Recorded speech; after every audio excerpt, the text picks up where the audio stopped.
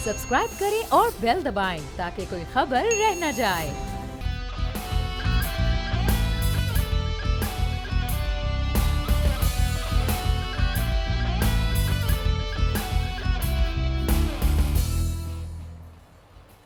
अस्सलामुअलैकुम नाज़रीन, प्रोग्राम में खुशामदीद। मैं हूं महविश अनस और मेरे साथ मौजूद हैं बोल न्यूज़ के एडिटर इन चीफ नज़ीर लगारी साहब।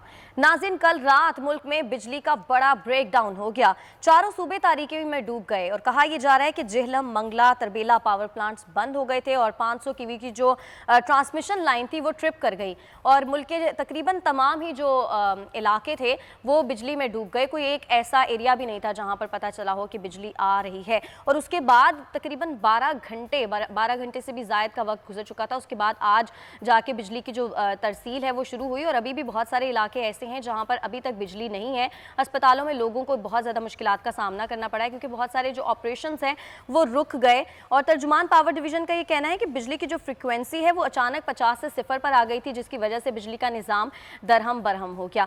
लगारी साहब, आपके ख्याल में ये जो इतना बड़ा बिजली का बहरान आया कि तीनों जो पावर प्लांट्स हैं वो एकदम से ट्रिप कर गए, ये हुआ क्यों? और मतलब इसके लिए क्या पहले से कोई प्लानिंग नहीं थी? हुकूमत को पता नहीं था कि इस तरह का कुछ हो सकता है? मैं आपको एक वाक़या छोटा सा बताता हूँ कि मैं 2 साल पहले चीन में था। अच्छा। और हमने बीजिंग में दुनिया की सबसे बड़ी पावर जनरेशन की जो कंपनी थी उसके ऑफिस का विज़िट किया और वहाँ बैठे हुए थे। अचानक मेरे जहन में सवाल आया।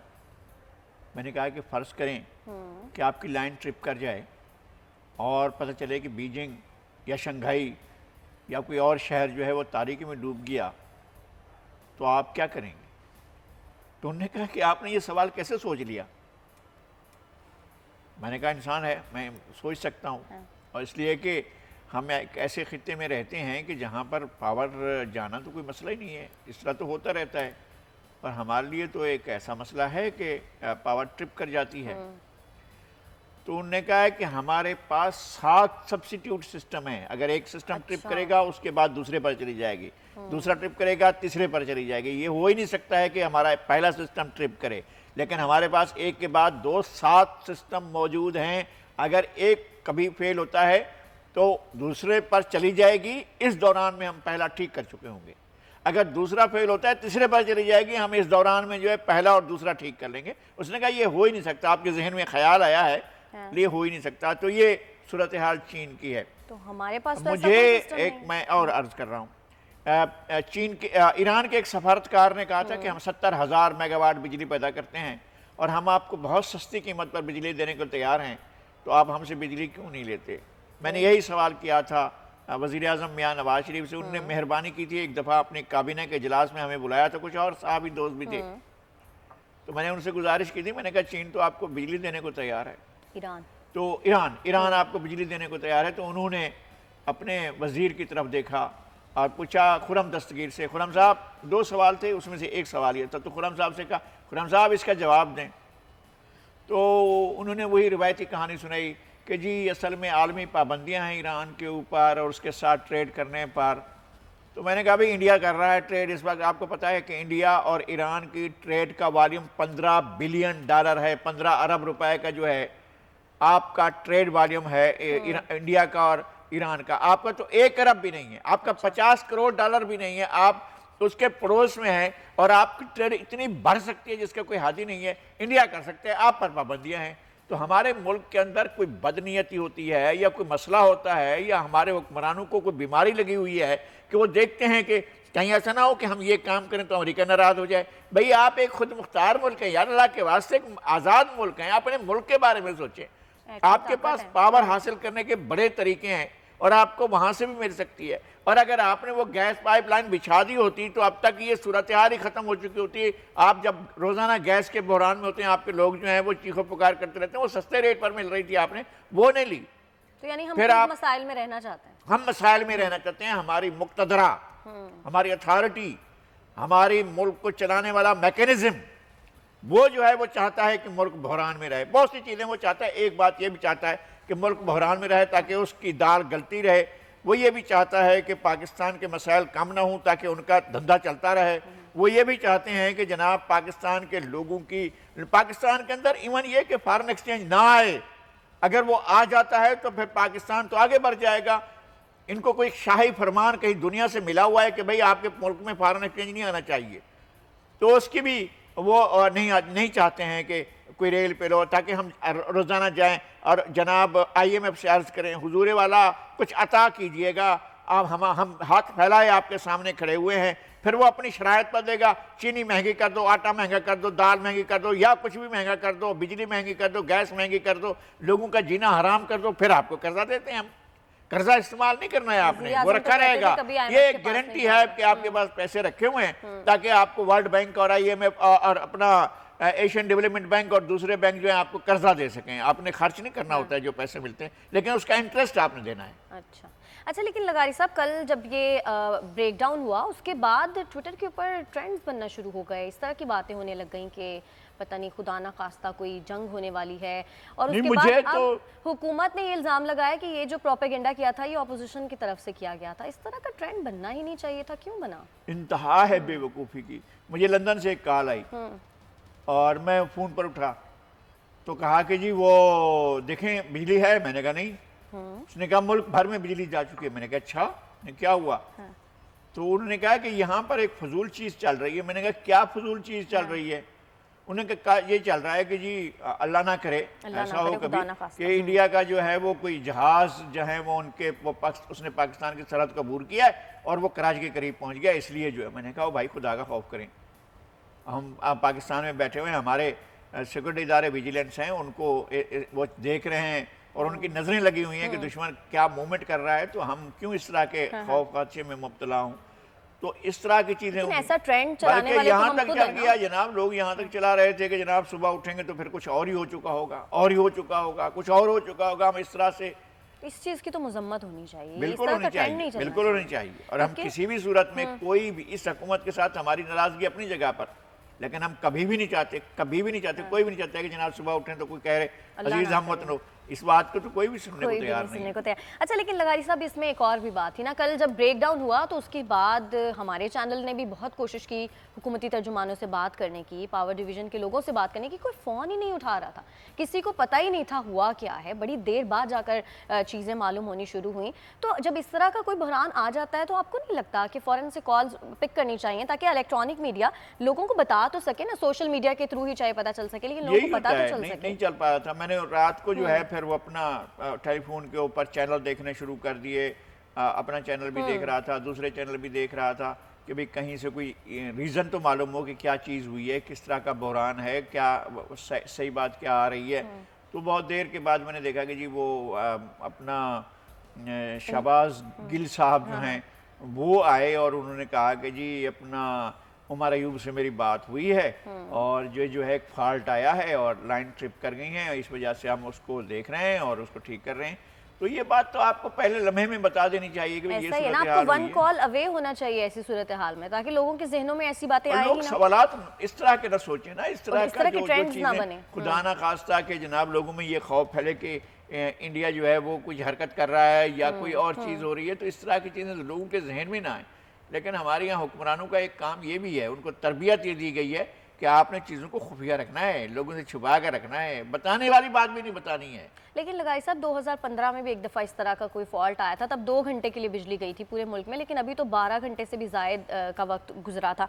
तो आपको नहीं लगता कि जब 2015 में ऐसा हुआ तो उसके बाद कोई प्लानिंग इस तरह की हो जानी चाहिए थी कि दोबारा इस तरह का फॉल्ट ना हम तो दूसरी प्लानिंग करते हैं कि किसको पकड़ना है, किसको गिरफ्तार करना है, किसकी गर्दन नापनी है, किसको लिटाना है, किसको उठाकर बिठा देना है, किसको जो है बिल्कुल वो करना है, किसको जेल में डालना है, फिर जेल से निकाल कर किसको हमने मुल्क से बाहर रवाना कर देना है, फिर वापस बुलाने के लिए फिर हमने एक टेलीग्राम भेजना है, तार भेजना है और कहना है मलका मुआज़मा से, मोहतरमा मलका मुआज़मा अज़रा इनायत, हमारा एक मेहमान आपके पास मौजूद है, वो वापस कर दीजिए। फिर भी वापस नहीं आएगा।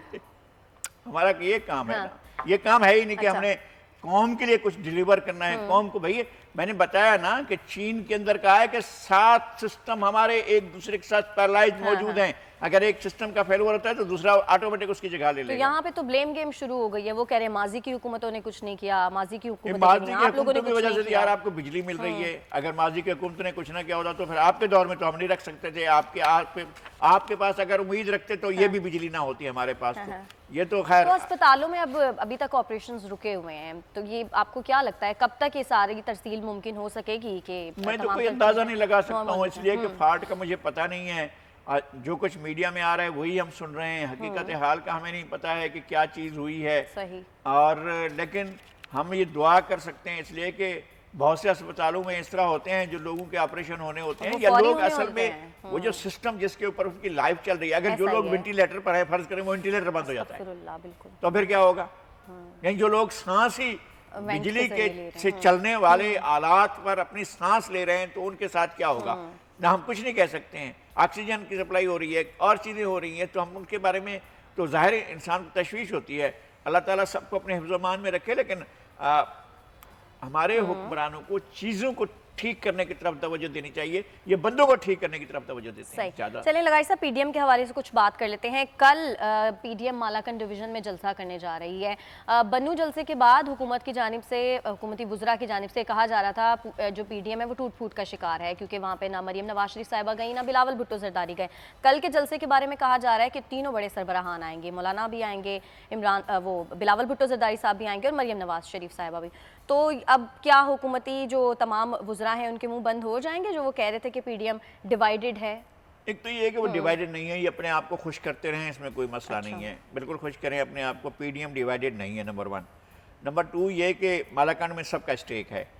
वहाँ पर सीटें जो हैं वहाँ पीपल्स पार्टी की भी सीटें रही हैं और नून लीग की भी और जेयूआई की भी और एएनपी की भी, तो सारी पार्टियाँ मौजूद होंगी और उनकी भी जो हमारे आफ्ताब शेरपो साहब हैं उनकी भी सीटें हैं। तो सारे लोग जो हैं वो अपने अपने वोटर्स के पास जाएंगे, मिलने के लिए आएंगे और जलसा बड़ा होगा। मैं बता रहा हूँ बालाकंड डिवीजन का जलसा एक बड़ा जलसा होगा जिसे बहुत अरसे तक याद रखा जाएगा और नो डाउट के मेरे ख्याल में मालाकंड की हिस्ट्री का एक बड़ा जलसा होने जा रहा है कल।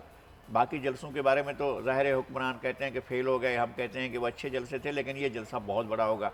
और खैर हुक्मरान तो यही कहेंगे, वज़रा तो और तर्जुमानों की जो एक पूरी लाइन लगी हुई है वो सारे ये कहेंगे फेल हो गया। खैर उससे कतर नज़र एक बड़ा जलसा होगा। हुकूमत कहती है पीडीएम डिवाइडेड है, लेकिन ज़िमनी इंतखाबात के हवाले से नून लीग ने कहा है कि वो यहाँ पे कराची में अपने उम्मीदवार नहीं उतारेगी, पीपल्स पार्टी का साथ देगी। फिर इस तरह की बात करना नहीं, बात ये है कि नून लीग की तो यहाँ सीटें ही नहीं है ना, तो इसलिए अगर वो मुखालिफ नहीं उतारेगी, उनके मुखालिफ अब नहीं मुखालिफ नहीं, सीटें जो हैं नून लीग की सेनेट के लिए तो असम्बली में सीटें होनी चाहिए ना, तो असम्बली में उनके पास सीटें इतनी नहीं हैं जिनसे वो अपने किसी रुकन को मुंतखब करा सकें। तो नहीं करा सकते, सेनेटर बन ही नहीं सकता है नून लीग का, लेकिन उसके बावजूद ये गुडविल जेस्चर है, एक अच्छा मैसेज दिया है उन्होंने कि हम नहीं खड़ा करेंगे। और दूसरी बात यह है कि एक मामला सुप्रीम कोर्ट में है कि जी जनाब वो शो ऑफ हैंड होगा या जो है खुफिया रायशुमारी के जरिए वोट होंगे। नहीं, लगारी साहब मैं ज़िमनी इंतखाबात के हवाले से बात, ज़िमनी इंतखाबात के हवाले से एक दूसरे को सिर्फ ये सामने उम्मीदवार नहीं खड़े करने हैं, आपने अपने वोटर को भी निकालना है कि जनाब अगर आप यहाँ पर वोटर हैं तो आप हमारे इत्तेहादी को वोट दीजिए ताकि उसका रिजल्ट सामने आए। तो इस तरह हो सकता है। और जहाँ जहाँ सीटें खाली हुई हैं, आपको लगता है कोई फायदा होगा?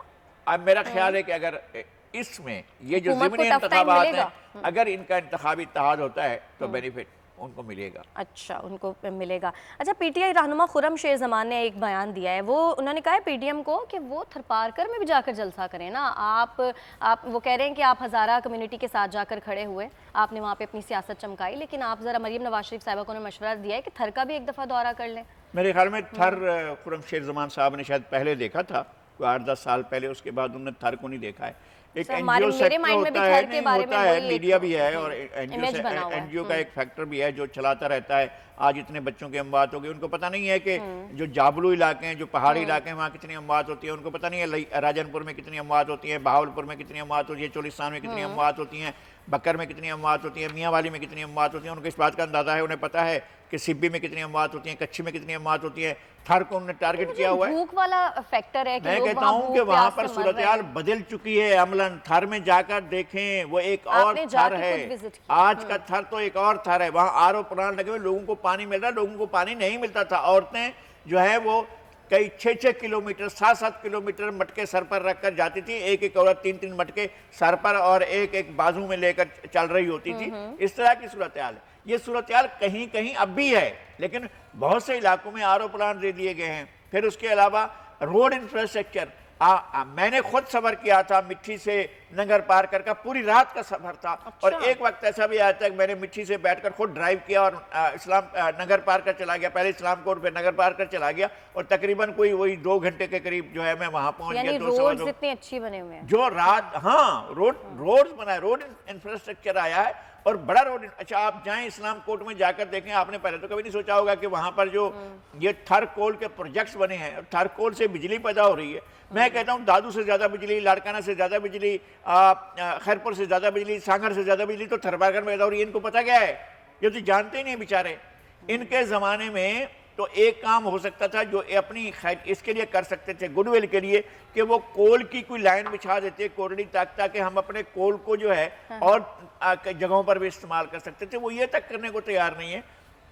थरपारकर एक और थरपारकर है, अब डिप्लो एक और डिप्लो है। चीजें दिखाई क्यों नहीं जाती? मैं ये कह रहा हूं कि पीपल्स पार्टी का एक तो मसला है, मैं उनका तर्जुमान तो नहीं हूं ना मेरा उनके साथ कोई इस तरह का वो है। वो अपनी बात को बताना नहीं जानते, उनको यही नहीं है। और सियासत में चलते रहते हैं, वो करते रहते हैं एक दूसरे के साथ। जो उनने काम किए हैं उनको ठीक तौर पर बताते भी नहीं है।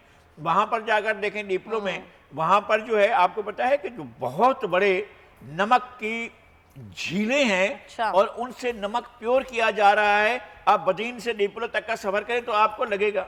लगाई साहब, मुझे आपको इंटेगा नून लीगी रहनुमा मरियम औरंगजेब इस वक्त मीडिया से बात कर रही हैं।